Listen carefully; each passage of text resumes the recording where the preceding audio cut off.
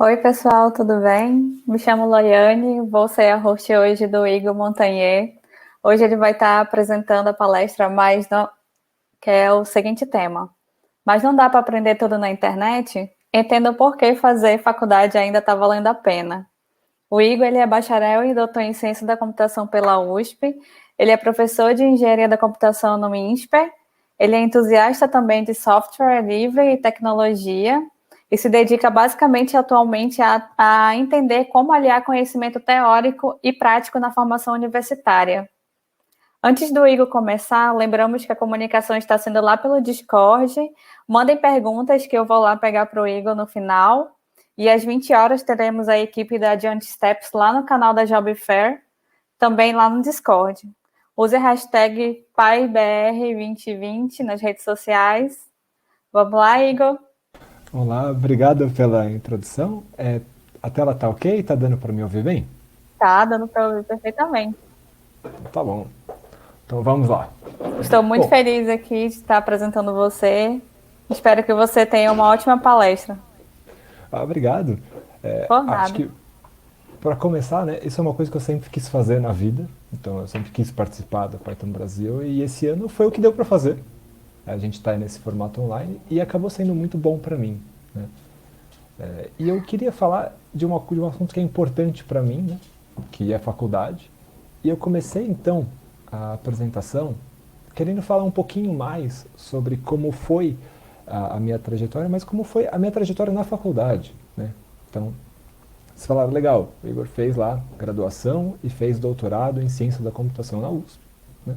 Então, para dar uma ideia de como isso foi para mim, eu selecionei aqui algumas coisas que aconteceram na minha graduação que definem bem o espírito dessa palestra. Então é o seguinte, em algum momento eu estava lá, estava fazendo cálculo 2 ou 3, não tenho certeza porque, bom, vocês já vão ver que a experiência não foi das mais impactantes de uma certa maneira, e estava tendo lá multiplicadores de Lagrange, né? É um assunto de otimização, de cálculo lá, né? E o professor mostrou um exercício, né? Eu tentei fazer, ele mostrou a solução dele não tinha nada a ver com a minha estava bem errada. E aí ele falou assim, pessoal, vocês viram o que aconteceu aqui? Falou, olha, então olha só que bacana. Se um dia você for lá e precisar otimizar uma função quadrática restrita aqui a um paralelepípedo, você já sabe o que fazer. E eu olhei e falei, nossa, com todo esse contexto, eu vou achar as funções quadráticas em qualquer lugar, né? E isso me marcou porque naquele momento isso não fez sentido algum. Eu olhei, continuei minha vida, continuei aí fazendo a minha graduação, eventualmente me formei, né? Trabalhei 2 anos no Ibope, lá com visão, com imagens, e eventualmente a vida me levou a fazer um doutorado e me levou a passar um ano na França estudando com um professor que, bom, eu vim a descobrir que ele é praticamente um cara da matemática aplicada. E a gente começou a trabalhar junto, veio coisas de machine learning interessantes, e eu cheguei nesse artigo aqui, que tem, então, eu coloquei um print do artigo com um monte de fórmulas matemáticas. Em algum momento, no meio de um monte de símbolos, tem ali um lambda. Esse lambda, ele é um multiplicador de Lagrange. Então, olha só que mundo dá voltas, né? Na graduação, com todo aquele com o contexto que existia, não fez sentido algum para mim. Eu nem conseguia identificar que é a mesma coisa. Aí no doutorado, quando aquilo foi importante para mim, esse assunto apareceu, eu estudei, aprendi, claro, com a ajuda do meu supervisor lá na França, a gente estudou pra caramba e eu eventualmente até cheguei a usar isso como parte da minha tese. Então, a ideia de contar isso é que eu, quando eu falo de faculdade, eu não consigo dizer se fazer uma faculdade é boa para você em específico, para uma pessoa real. Porque imagina só, nos 10 anos entre graduação e doutorado, eu, que estou comigo o dia inteiro, que me conheço, nunca ia imaginar que aquele negócio de cálculo 2 que não fez sentido algum para mim, eventualmente eu ia passar tanto tempo estudando aquilo que eu ia conseguir desenvolver alguma coisa nova em cima. Então, se eu que me conheço, que conheço meus interesses, os meus objetivos, as coisas que eu gosto, onde eu estou na vida, não consigo dizer com clareza que algo vai ser bom para mim, eu certamente não consigo dizer para uma pessoa específica se fazer uma faculdade é uma boa. Tá? Por quê? Porque cada pessoa tem os seus interesses, tem os seus objetivos de vida, tem o seu momento de vida. E tudo isso é muito particular. Né? Ou seja, existem infinitos caminhos para você fazer na sua carreira e na sua vida. E a faculdade não é pré-requisito para a inserção profissional, para a carreira de sucesso, para ganhar muito dinheiro, para ter autoestima, né? Ou para ser o que algumas pessoas, que eu ouvi bastante na minha carreira, que algumas pessoas falam assim, ah não, esse daí não é dos bons, ou esse daí não é um pesquisador, um desenvolvedor de verdade. Né? Isso não tem nada a ver com fazer faculdade. É por isso que eu escolhi essa foto para ilustrar esse slide, ou seja, uma foto em que você tem um monte de caminhos possíveis, e eles se cruzam e se dividem em vários momentos, e a gente não consegue saber onde eles terminam. Isso representa para mim bem o que significa a nossa carreira. Tá? E eu coloquei também, já que eu estou falando de infinitos caminhos, eu acabei selecionando 3 pessoas que eu tive algum contato pessoal, né, e que exemplificaram isso para mim. Então o primeiro foi o Luciano Ramalho, que todo mundo dispensa apresentações, todo mundo sabe que ele tem destaque nacional e internacional na comunidade, é alguém de casa, e não parece que fazer faculdade fez falta para ele, né? Dado o tanto de coisas que ele já fez. Eu encontrei o Luciano porque um belo dia ele apareceu na minha aula de introdução à computação, ele todo lá simpático, eu queria saber como se ensina computação no IME-USP. E a gente nunca imaginar que era uma pessoa humilde de tanto destaque. Então, é um grande exemplo de que não vai, para muita gente isso não vai fazer falta. Tem muita gente boa por aí. O outro são o Paulo e o Guilherme Silveira, da Alura, né, da Kaelon. Eles são do IME-USP, então esses são mais próximos. Mas se você olhar a vida deles, as trajetórias, o Paulo fez ciência da computação, fez mestrado em origami computacional. Negócio com 0 aplicações práticas. Hoje, a figura dele na Alura e na Kaelon é uma figura de gestor. Né? Quem diria? O origami computacional virou gestor, fala de soft skills o tempo inteiro. O Guilherme se matriculou no curso acho que era matemática aplicada, nunca terminou e hoje é o cara técnico. E nenhum desses dois, a carreira definiu a vida deles, porque eles, como tem lá a ideia dos caminhos, cada um fez o que queria da vida, seguindo o que era importante para si. E a faculdade pode apoiar você em alguns momentos, ou não. Né? Então, o meu take aqui, para a pergunta, se vale a pena, é a seguinte. A faculdade é um lugar que reúne aí, que agrega naturalmente, entre aspas, né, um conjunto grande de experiências que são importantes para a sua vida e também para a sua carreira. Né? Então, ou seja, eu não vou dizer que tem aquele conteúdo que eventualmente você achava que nunca tinha aplicação, mas que é essencial para a sua vida. Porque a gente consegue pegar exemplos disso para quase tudo. Então eu não quero que você entenda isso como uma desculpa para não ter conexão com a prática, mas sim com a ideia de que existem benefícios que vão além do técnico. Claro, também tem algumas coisas que são negativas, então eu não queria começar a falar das coisas boas antes de citar algumas coisas que eu acho que são complicadas e que merecem aí, pelo menos, um destaque, um aviso. Né? Que, bom, o que não é bom? Ou o que é difícil para muita gente? A primeira das coisas é o tempo. Convenhamos, 4, 5 anos na faculdade é tempo pra caramba. E se você está numa situação, por exemplo, que você quer trocar de carreira, você já tem uma faculdade, já tem experiência no trabalho e quer mudar para a computação, 4 ou 5 anos pode ser um investimento muito pesado. Né? Não só de tempo, mas também de dinheiro e de esforço familiar. Né? Então, demora. Fazer faculdade demora. Vou argumentar que para algumas pessoas isso é bom, mas é um fato que demora. Além de ser caro e dar bastante trabalho de você acabar, é interessante saber que existe uma certa evasão na área. Então você tem cursos que tem 30% até 40% de evasão. São alunos que começam e nunca terminam. É um fato, não vou fazer um julgamento do porquê isso acontece. Alguns acontecem, inclusive, porque conseguem inserção profissional antes de se formar. Então, parte dessa evasão pode não ser negativa de uma certa maneira, mas é importante saber que muita gente que começa não termina. Da mesma maneira, muita gente que quer fazer não consegue, porque tem muitas dificuldades no acesso. Tá? Esse é um tema complexo, muita gente discute, então eu vou me limitar a dizer aqui, olha, muita gente boa queria fazer e não consegue. E isso é uma pena. Isso é um fato muito, muito triste, mas eu vou partir aqui do ponto de que, olha, você quer fazer e você vai vou supor que você vai então ter acesso a uma faculdade. Né? O que significa de bom que eu poderia falar que tem numa faculdade e que vai te trazer coisas interessantes? Né? Então, eu separei em duas partes. Separei dos benefícios sociais e dos benefícios técnicos. Eu coloquei os benefícios sociais primeiro, porque eles são tudo que envolve relações humanas e são algo que eu vejo pouco falado por aí. Né? E por último, tem os benefícios técnicos, que, bom, é o conteúdo teórico, é a parte de tecnologias, é a parte do que você aprende. Né? Os benefícios sociais são a sua experiência ao passar pela faculdade. E eu comecei com dois que eu considero mais manjados, os que são importantes. Né? Reputação.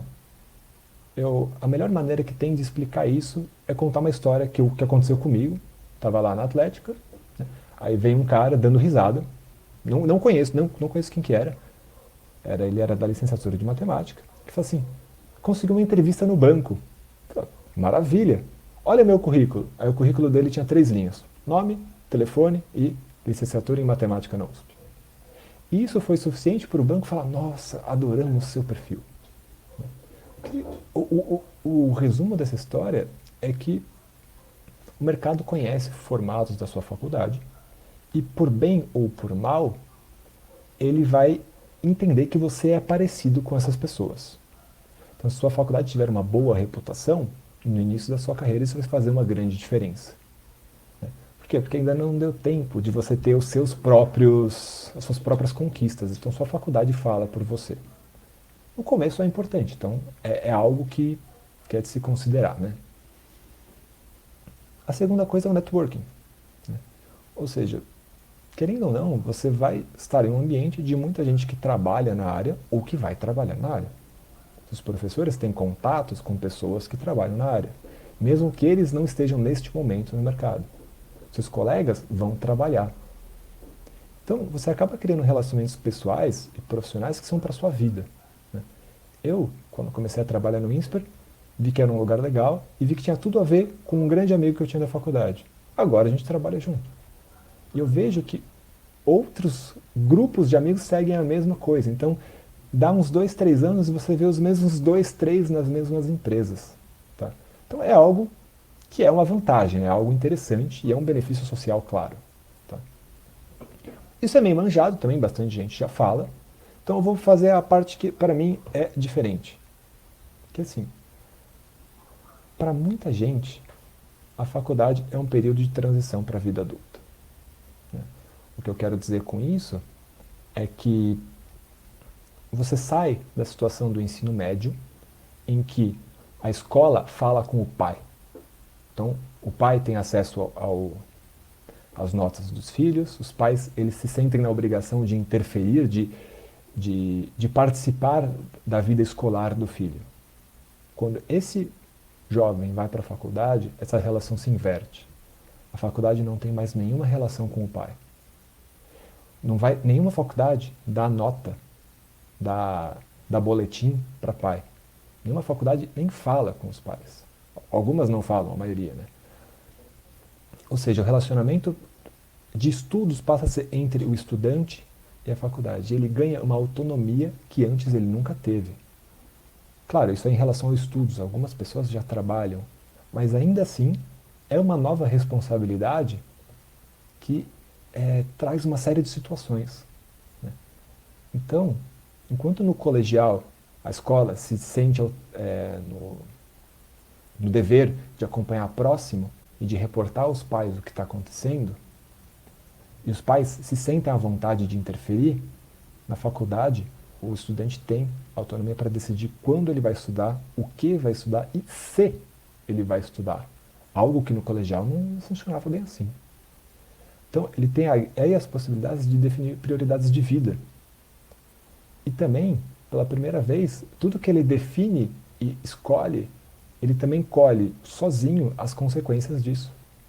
Então, se um aluno decide que ele não vai estudar para essa matéria, ou melhor, vamos fazer o normal. Se o aluno decide que ele vai estudar para essa matéria depois, porque hoje ele está cansado e vai ficar no bar do lado da faculdade, isso tem consequências.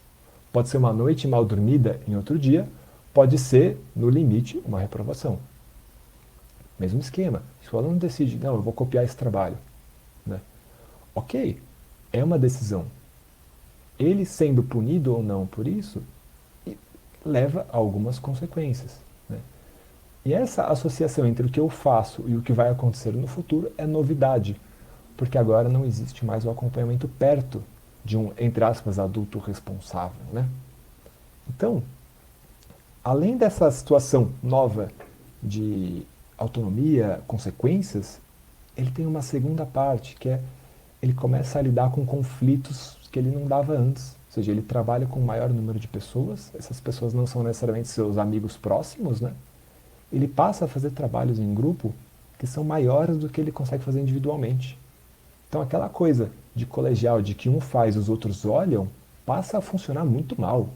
E você passa a ter conflitos que vão aparecer dessas tentativas de trabalhar junto e de interagir, dado toda essa autonomia e liberdade, né?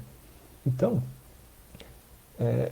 tudo isso acontece num ambiente de faculdade. E acontece de maneira natural porque são as coisas que uma pessoa que vai fazer um curso passa. Pode ser que elas não passem muito nas matérias. Então, muita coisa de liderança, trabalho em grupo, objetivos em comum, para mim, apareceram no vôlei. Joguei vôlei 10 anos de faculdade de doutorado. Isso foi super importante para mim. Fez parte da minha formação, né? Nas matérias na USP eu não tive muitas oportunidades de trabalhar liderança. Mas no vôlei eu tive. Isso foi importante. Então, a faculdade, no fim das contas, o que ela dá no global, assim, né, é um ambiente em que o aluno ele pode amadurecer com um risco relativamente baixo. Ou seja, ele pode experimentar, ele pode fazer coisas certas, coisas erradas, ideias boas, ideias ruins, ideias boas que dão errado, ideias ruins que dão certo, e o risco é baixo. Pior dos casos, repetiu a matéria, faz de novo, né? E esse risco de, puxa, faz de novo, daqui a pouco, ele é baixo perto de consequências que você teria no mercado de trabalho. Se você faltar numa reunião importante porque você dormiu, que estava na festa, você pode ser mandado embora. Na faculdade, fala assim, você no máximo tem que fazer a disciplina de novo. Mas isso não bota nada a perder de uma maneira irremediável. Então, é interessante esse período porque, como eu falei, a faculdade dura 4 anos e amadurecer leva tempo. Não existe um fast track para amadurecer. Você precisa fazer as coisas, sentir, e isso é sim desconfortável, é desgastante, né? Ou seja, quando a faculdade é esse período de transição para a vida adulta, e eu sei que isso é desgastante, difícil, desconfortável e que leva tempo, vem o segundo ponto importante, que é um benefício social da faculdade e que, de novo, alguns lugares trabalham mais ou menos, mas que sempre aparece. Que você acaba desenvolvendo uma rede de apoio para você aprender assuntos difíceis e para você fazer tarefas desafiadoras, né? Ou seja, aquela coisa do discurso de graduação, né? Eu lutei muito para estar aqui e os meus amigos me ajudaram, sem eles eu não conseguiria. E é verdade, né? Essas coisas são frases que eu vejo diariamente com os meus alunos. Tem a competição saudável, que você olha para o seu amigo e fala assim, eu sou capaz também, se ele conseguiu, eu também consigo. Inclusive, nem quero saber o que ele fez, porque eu quero descobrir sozinho. Então, para algumas pessoas isso acontece e é um fator super motivacional. Mas tem as outras fases de apoio. Como você fez isso? Tentei tais coisas e não deu certo. O que você tentou? Me conta para eu fazer também. Tem aquele mais emergencial. Não, não, tá tenso, não desiste. Vamos fazer isso junto.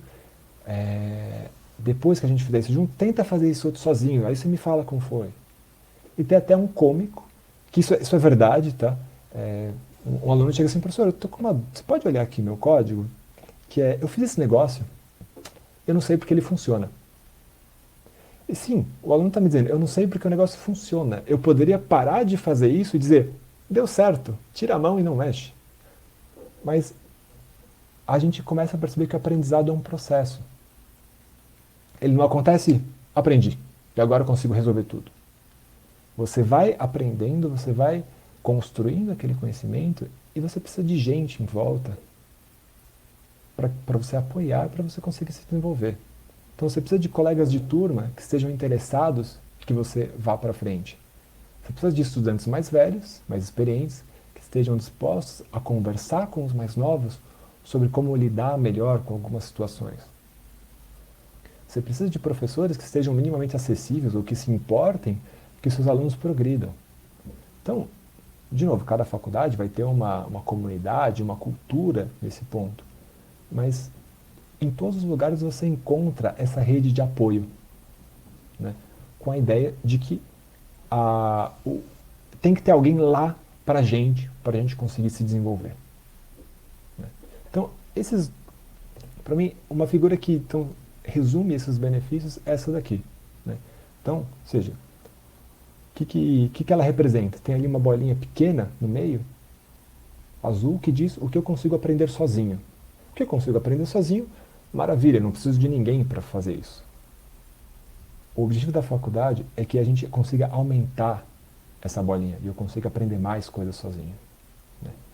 Porque, e como a gente vai fazer? A gente vai estar atuando na parte que fala do quê? Do que eu consigo aprender com ajuda. E aí, o que eu consigo aprender com ajuda vai expandir, né? Com a ajuda da faculdade, de maneira que eu consiga, então, aprender coisas com ajuda e reproduzir elas sozinhas no futuro. Então, o papel da faculdade, ele é um papel que está em volta do aluno, que é a parte importante dessa figura. A figura está centrada no que o aluno consegue aprender, no que o aluno consegue fazer. A gente está lá para dar condições para que isso aconteça da maneira mais eficiente e talvez menos traumática possível, dependendo da cultura do lugar. Né? Então, assim, de benefícios sociais, eu considero que esses dois são os principais. Né? A gente tem aí amadurecimento, a gente tem apoio de pessoas e essas relações são importantes. Tá? Parte dos benefícios técnicos, eu organizei da mesma maneira.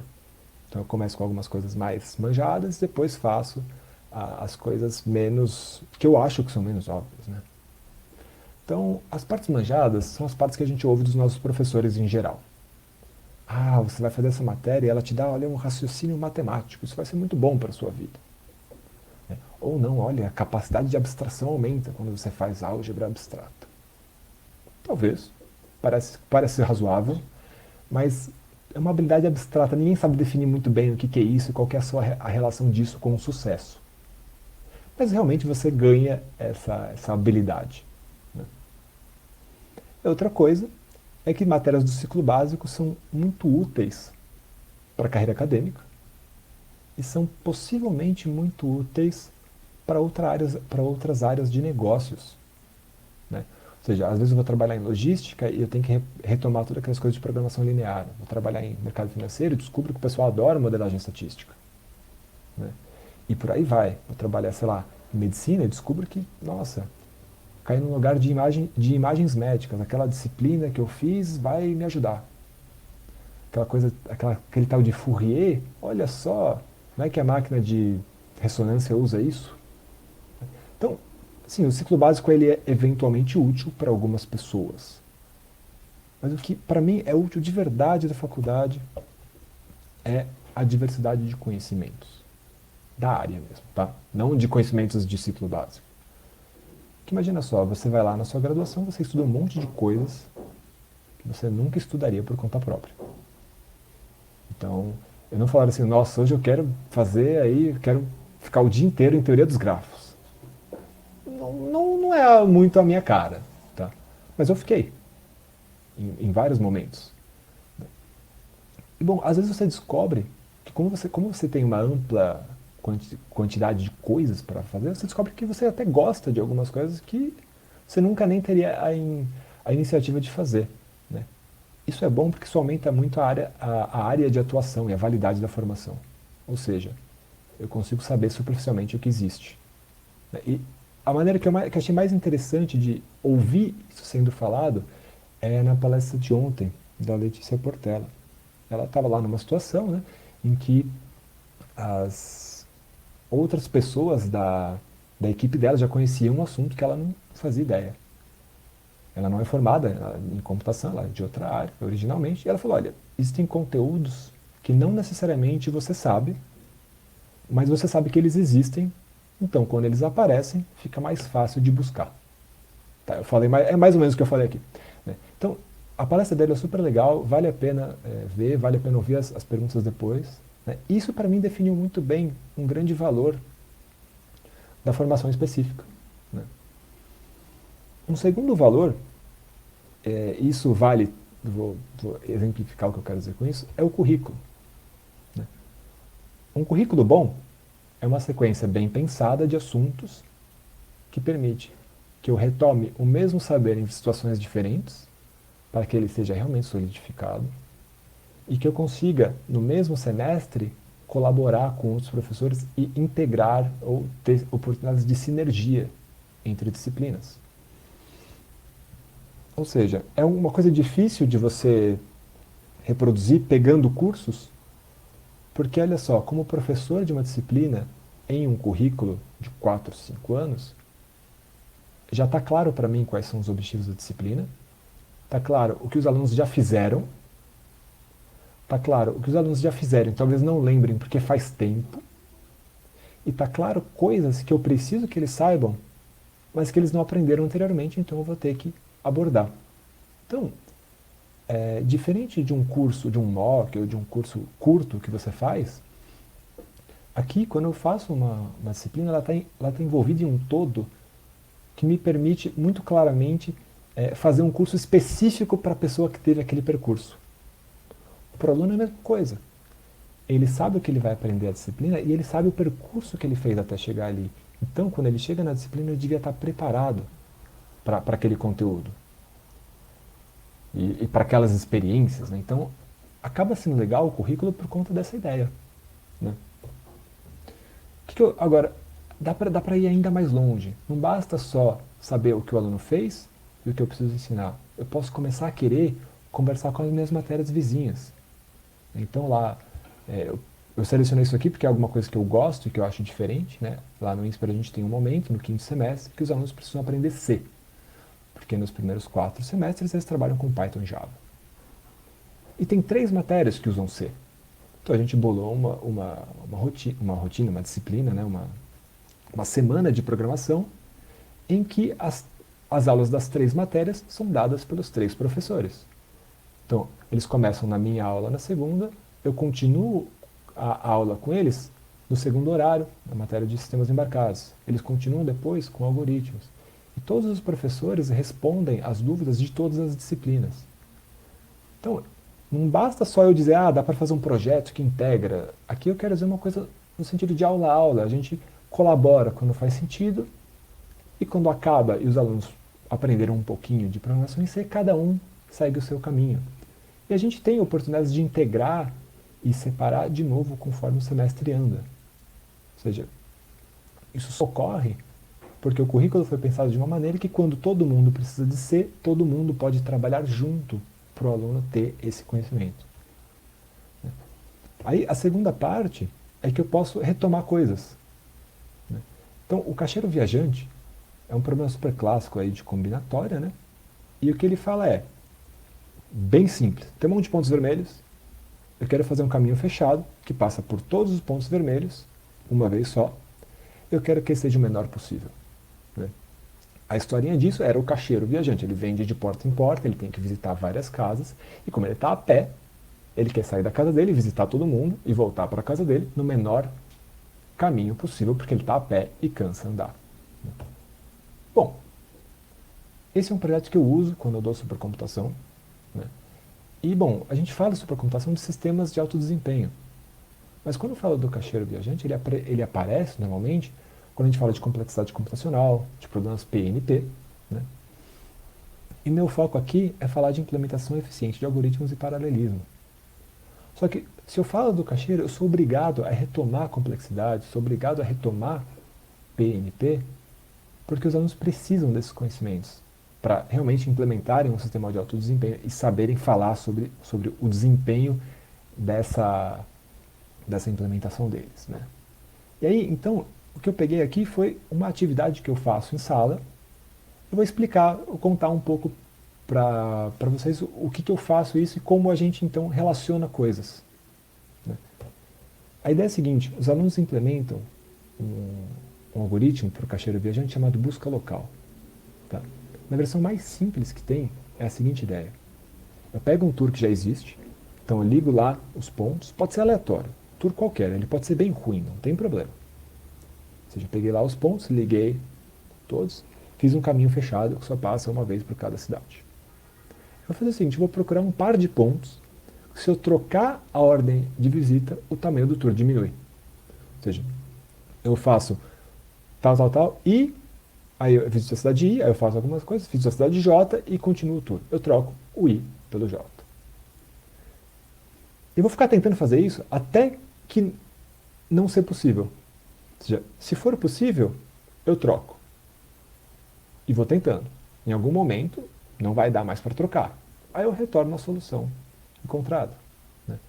Eu coloquei aqui, é uma parte da aula que está nesse link aqui. Tá? Então, para quem eventualmente for ver os slides depois, pode olhar o material fonte. Né? E o exemplo é essa figura. Você já tem um caminho, eu tenho dois pontos I e J. Né? E, bom, quando eu faço esse caminho aqui que eu sorteei, um caminho qualquer, aconteceu de que quando eu passo do I, do antecessor do I, do I para o seu próximo, eles cruzam as setas do J. Então é como se tivesse um quadrilátero, o I e o J estão no centro e os antecessores estão nas pontas.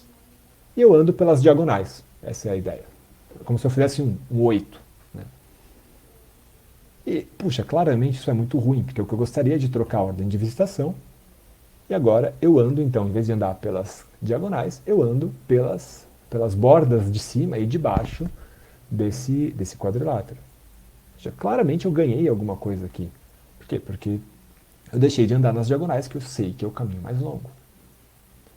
Agora, o que eu vou fazer? Então, vou ficar procurando por esses pares e fazer trocas como essa, até que não seja mais possível. Né? Bom, o pessoal em geral vai lá, implementa e sai com uma coisa parecida com isso aqui. Tá? Mais ou menos assim. Ou seja, tem um gráfico, o tempo que o programa demora começa a aumentar bastante conforme o número de cidades aumenta. Né? Bom, aí eu falo assim, pessoal, vocês fizeram a sua solução de vocês, vou dar para vocês a minha solução. Eu dou lá um executável para eles, eles não veem o código. E sai isso aqui. Então, comparado com a solução que todo mundo costuma implementar, a solução lá do professor, ela é muito melhor. Então, com n igual a 100, o do aluno demora 40 segundos, o do professor demora menos que 10. E você vai vendo que essa diferença, ela aumenta bastante conforme o número de cidades aumenta. Então, quanto mais cidades aparecem, mais a boquinha abre, né? A diferença entre o tempo que demora do professor e do estudante. Tá? Então, você vê que tem alguma coisa aqui que está esquisita. E essa é a minha desculpa para falar com esses alunos de novo sobre complexidade. Ou seja, eu preciso olhar para o programa que eles implementaram e saber como é que ele está lidando, quantas operações ele faz, né, essencialmente. E a gente tem duas coisas, né? Ele lista todos os pares, para todo par, ele recalcula o tamanho fazendo a troca. Listar todos os pares É fácil. Para o primeiro elemento do par são todos os pontos, para o segundo são todos os pontos que sobraram. N vezes N menos 1. Ah, eu posso dividir por 2 porque eu quero que IJ e JI sejam iguais. Posso. Mas não faz diferença, porque eu estou querendo dizer mais ou menos. Aquele ozinho ali está dizendo, olha, o tempo que se demora é mais ou menos aí proporcional ao quadrado do número de pontos. Né? Legal. Significa que se n igual a 100, ele vai demorar 100 ao quadrado. Se n igual a 101, vai demorar 101 ao quadrado. Tudo bem. Vamos falar então da recalcular a altura. O que o aluno faz? Troca, dá a volta inteira. Aí a gente fala, eu preciso recalcular a altura inteira? Desenho lá, eu faço exatamente esse mesmo desenho aqui, por isso que eu fiz na mão, porque ele fica na lousa. Se você acha que esse está ruim, você não viu o da lousa. A gente desenha lá setinhos que mudou, e eu percebo que, puxa, eu mudei 8 setinhas. Todo o resto do caminho ficou igual. Então não preciso olhar para o caminho inteiro. Ou seja, olhar para o caminho inteiro, dar a volta, precisa que eu passe por todos os pontos. Então isso demora N pontos. Mas mexer só nas 8 setas é virtualmente instantâneo, porque não demora, não depende do tamanho da entrada. E aí quando a gente junta tudo isso, a gente fala, ó, todos os pares, N ao quadrado. E para todo par, recalculo o tamanho fazendo a troca, N. Isso daí N ao cubo, se multiplica um pelo outro. Para a opção 1, a opção que o aluno fez. Para a opção 2, é instantâneo, então continua N ao quadrado. E aí eu consegui retomar com esse aluno a complexidade computacional, com um exemplo de algo que ele implementou. E a gente troca ideias, descobre o que está diferente, e esse aluno vai perceber que quando ele retoma os conhecimentos de complexidade, ele vai lembrar que a opção 1 ela é inescapavelmente pior que a opção 2. E que aqueles dois gráficos mostram isso. Ou seja, conforme o N aumenta, a diferença entre o do aluno e o do professor parece aumentar também, possivelmente proporcional ao tamanho da entrada. Ou seja, o tanto que aumenta com N igual a 60 é pouquinho. O que aumenta com N igual a 100 não é a diferença entre 100 e 60, mas é potencialmente isso ao quadrado. Tá? Então, olha só que legal. A gente está nessa situação em que o aluno, então, retomou esse conhecimento e viu o quanto isso é importante para um sistema de alto desempenho. Mas agora, a gente pode falar uma nova pergunta. Eu tenho 8 cores. Eu consigo consertar a opção 1? E aqui ele vai responder que não, porque ele sabe que 8 é um número constante. E a diferença entre a opção 1 e a opção 2 depende do tamanho da entrada. Então, paralelismo nunca vai consertar um algoritmo ruim. E ele consegue chegar a essa conclusão sem saber paralelizar nada. Tá? Ou seja, quando eu falo que eu quero contextualizar o mesmo saber em situações diferentes, é mais do que só retomar, não é fazer uma revisão. É usar um conteúdo anterior para desenvolver um novo tema de maneira que o aluno consiga raciocinar sobre uma coisa que ele nunca viu, baseado nos conhecimentos que ele já tem. E isso é algo interessante, isso é algo desejável. Né? Então, eu finalizo aqui voltando para o que eu falei no começo. Na minha cabeça, na minha interpretação, faculdade é um negócio legal que vale a pena, porque você reúne em um mesmo lugar esse monte de experiências interessantes e importantes para a sua vida, que eu comentei, né? E também importantes para a sua carreira, claro. E não só isso, mas assim como as opções do mercado são enormes, as opções de faculdades também são muito grandes. Então, tudo isso nenhuma faculdade tem tudo o que eu comentei. Cada uma tem em um certo grau e atende um certo perfil de alunos com uma certa necessidade. Então a figura dos infinitos caminhos vale também para a sua escolha. Se você não quer fazer, você tem uma porção de caminhos. Se você quer fazer, você também vai ter uma porção de caminhos. E cada lugar vai ser melhor para uma pessoa. A ideia dessa palestra, então, foi tentar dizer, olha, procure um lugar em que cada uma dessas coisas seja de acordo com o que você quer. Se você quer um lugar teórico, vá para um lugar teórico. Se você quer um lugar prático, vá para um lugar prático. Se você quer uma certa cultura, procure um lugar com essa cultura, que vai ter algum lugar para você. Cada faculdade vai oferecer algumas dessas coisas. E eu coloquei os benefícios sociais primeiro, porque, na minha opinião, eles são muito importantes. Eles dão para você o apoio que você não consegue se você decidir seguir sozinho. Então, se faculdade não é para você, não está de acordo com as suas possibilidades, encontre pessoas, grupos que possam te dar aqueles mesmos benefícios. Né? E para mim, antes de finalizar, né, eu só queria dizer que a Python Brasil é um lugar que você pode encontrar essas pessoas. Então, para quem já está interagindo no Discord, para quem viu as conversas que tem com o pessoal que vai fazer sprints, tutoriais, existe um espírito bacana de grupo aqui que pode fazer parte da sua rede de apoio, que pode fazer parte das suas conversas de amadurecimento, estando na faculdade ou não. Então, esse evento em especial é um evento que traz também benefícios sociais, também traz esse tipo de coisa e que a gente pode aproveitar. Né? Então, eu marquei para falar 40 minutos, mais ou menos, tá? E meu recado era esse, né? Agradeço aí a oportunidade de ter participado, agradeço a atenção. Eu espero ter contado aí algumas coisas de um ponto de vista um pouco diferente. Né? Escolhi trabalhar como professor porque eu acredito nessas coisas. Como eu disse, infinitos caminhos, tem muito trabalho legal por aí. Então a gente tem que trabalhar em alguma coisa que é boa pra gente. E se faculdade for para você e você decidir que você quer estudar em algum lugar que eu esteja por perto, a gente vai seguir esse caminho um pouco de tempo junto. Se não, vamos conversar sobre isso. Né? E ver aí o que vocês acham dessas histórias, dessas ideias. Oi, Igor, tudo bem? Oi? Tudo bem? Era isso, obrigado. Eu acho que eu tô no tempo certo, né? Tá sim, tá super certo, tá, ainda tá até sobrando tempo. Gostaria de primeiramente agradecer a sua disponibilidade, foi uma excelente palestra, foi super enriquecedora, esclarecedora, e eu tenho certeza que deve ter sanado dúvidas de muitas pessoas.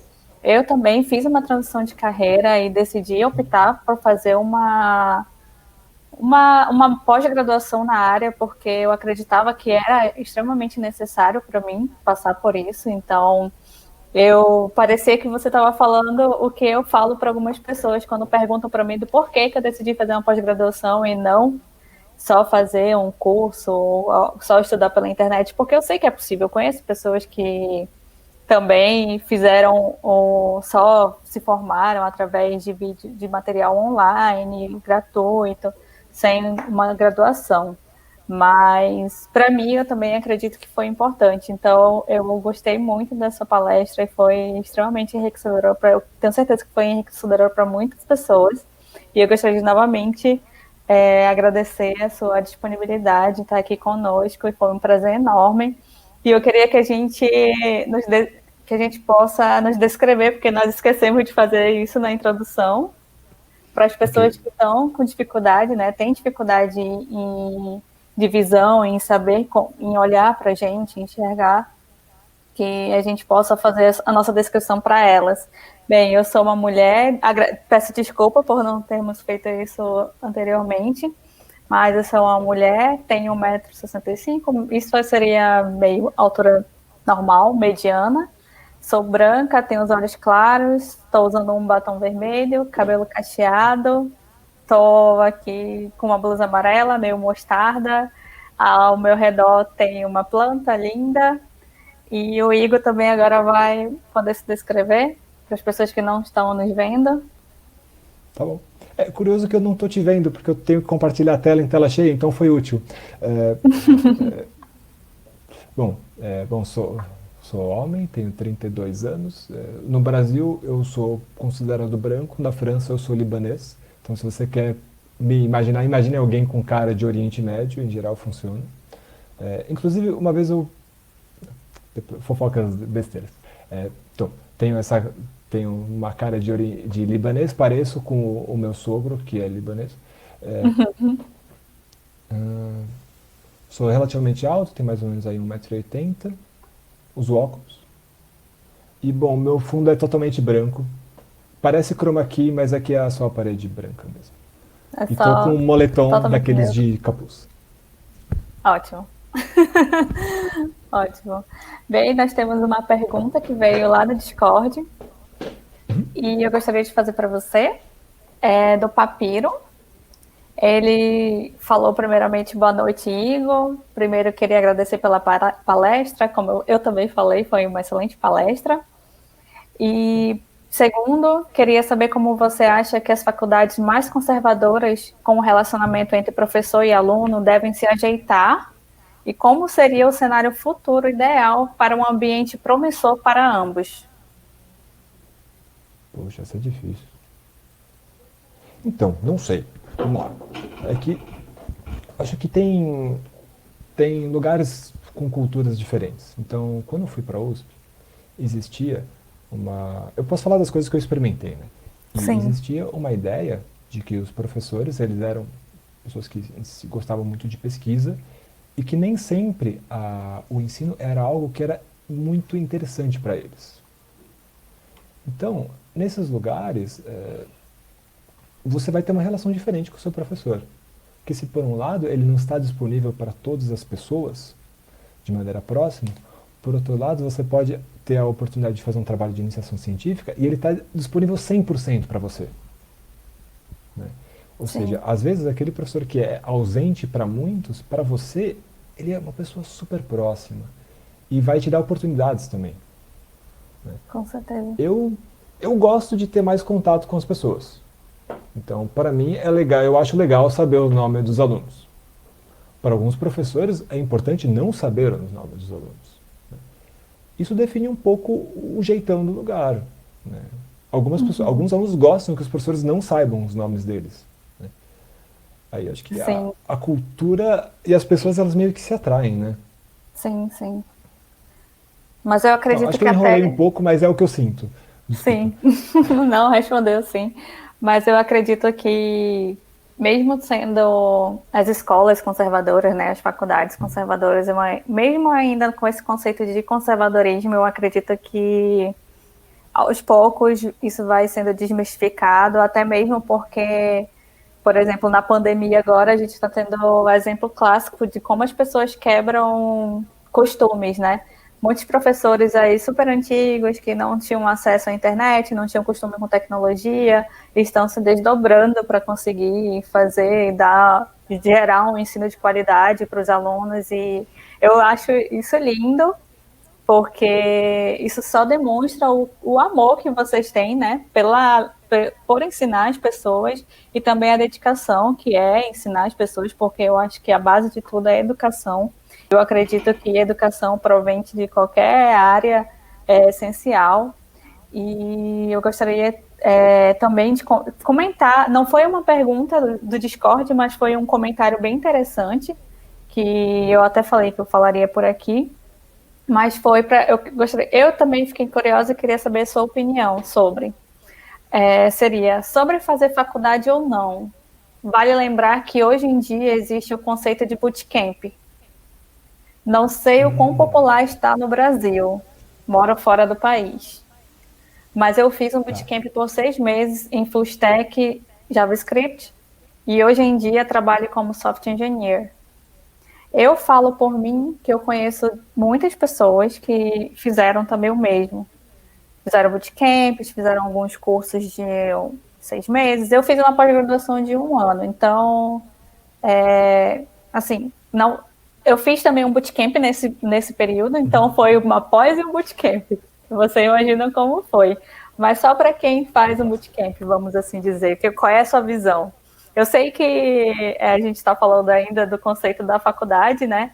Mas vamos tentar englobar também essas pessoas, né, que participaram dessa outra metodologia de ensino. Eu acho que assim, da minha visão, tem tudo a ver. É uma pergunta bem interessante, né? E calhou de eu estar pesquisando algumas coisas de bootcamp nos últimos tempos, né? Sim, E tem lá uma demanda para a gente saber o que tem de inovador em educação e computação e, puxa, bootcamps aparecem aí como uma novidade no cenário de ensino, né? sim, E por muitas das pesquisas que eu encontrei, eles diziam que o bootcamp, em geral, forma pessoas mais velhas. Então, as pessoas empregadas após um bootcamp, isso é americano, então não sei como é que é no Brasil. Eles falaram assim, olha, mais da metade já tinham tido um outro diploma, né? Elas eram, então eu tinha lá uma média de 6 ou 7 anos de experiência antes de fazer o bootcamp. Que é uma trajetória parecida com a sua, né? Então é alguém Sim, que já sim. trabalhou. E é interessante porque se você for ver, combina um pouco com o que a gente falou aqui, né? Puxa, eu já passei pelo período de amadurecimento da faculdade. Sim, Ficar 4 anos de novo lá, com as pessoas de 18 a 23 anos, passando por tudo aquilo pela primeira vez, pode não ser muito interessante para mim. Pode ser que dê sim. para ter um atalho. Né? Então, eu não acho que a ideia do bootcamp é ruim, porque para algumas pessoas ela chega no momento certo. Sim. Né? Eu acho especialmente cruel. Imagina uma pessoa se formou, fez lá 4 ou 5 anos de faculdade, tem um monte de experiência de trabalho, voltar para estaca zero Foi o que na eu pensei para faculdade, mim. talvez não seja para todo mundo. Pode não ser Sim. uma grande ideia. Muita coisa você já se desenvolveu. Então é uma alternativa. Sim, com Eu acho uma certeza. alternativa válida. Eu também, assim, eu também gostei muito quando a minha experiência que eu tive de bootcamp também foi maravilhosa, aprendi muito, troquei muitas experiências com outras pessoas e de fato eram pessoas de outras áreas, da maioria de qualidade ou design. E essa troca de experiências, por mais que a gente tenha vindo de outro background ou já tinha feito um curso, mesmo que tenha sido da ciência da computação, mas que era de outra área, de outra vertente que não a programação em si, a gente tinha passado por certas experiências que dava para trocar e dava para aprender muito. E eu também sei que tem pessoas que vai para bootcamp, mas também não consegue encontrar com outras pessoas que tinham trabalhado com qualidade ou algo do tipo, mas que ainda assim aprendem algo, né? Estão ali juntas para se ajudar. Então eu também acho válido. E é exatamente isso que você falou, faz muito sentido para mim, porque eu tô aqui na Irlanda e eu percebo como as escolas de bootcamps são exatamente esse perfil do aluno, de quem já veio de outro background, de quem já tem uma bagagem, de quem já tem muitos anos de experiência, e que vai procurar um meio, um atalho, né, vamos assim dizer. Na verdade, eu não é nem um atalho, vamos assim dizer que é um intensivão, porque mesmo sendo um bootcamp, é algo bem intenso. Sim, sim. Então realmente é válido, com certeza. Eu gostei da sua resposta, muito obrigada por hoje. Foi incrível, foi muito enriquecedora e eu estou me sentindo muito honrada de ter participado e ter sido sua host. Eu que agradeço. Eu sempre quis fazer isso, tipo, há 10 anos, então para mim hoje é um dia bem, bem legal, bem especial. Que bom, ficamos felizes pela sua participação e a gente agradece a todos que estão aqui presentes nos assistindo. A gente sabe que esse horário está todo mundo aí trabalhando, saindo de casa, chegando em casa, né? Então eu espero que todos estejam seguros em casa, espero que você, Igor, esteja seguro em casa. E eu gostaria de deixar um recadinho aqui, que a próxima palestra que teríamos, infelizmente, ela não vai ocorrer por devido de problemas que aconteceram de imprevistos. E infelizmente essa será a nossa última palestra antes da palestra da Diana, da nossa keynote de hoje. Então, após a gente encerrar, vai ter um intervalinho aí até a próxima apresentação, mais tarde. Bebam água, comam, se exercitem um pouco em casa, se mexam, fiquem seguros, usem máscara se forem sair de casa, usem álcool em gel. E vejam também outras trilhas, que tem várias palestras incríveis que estão acontecendo, porque vai acabar daqui da nossa trilha, mas aí vai sobrar tempo para você conferir as outras palestras. Tá bom? Obrigada.